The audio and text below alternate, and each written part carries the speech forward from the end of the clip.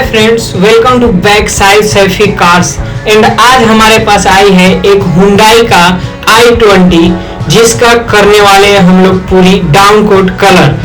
सो इसको करना है हम लोग को मरीना ब्लू कलर। और ये गाड़ी का कंडीशन ऐसा था जिसको हम लोग लेवल किए हैं पुट्टी और प्राइमर से। तो अभी हम लोग अंडर कोट का प्रोसेस चल रहा है। देखो आप लोग को अंडर कोट का प्रोसेस दिखाता हूँ, फिर आपको कलर का प्रोसेस दिखाऊंगा। तो वीडियो में एंड तक बने रहे। सो अभी इसको हम लोग आगे कंटिन्यू करते हैं।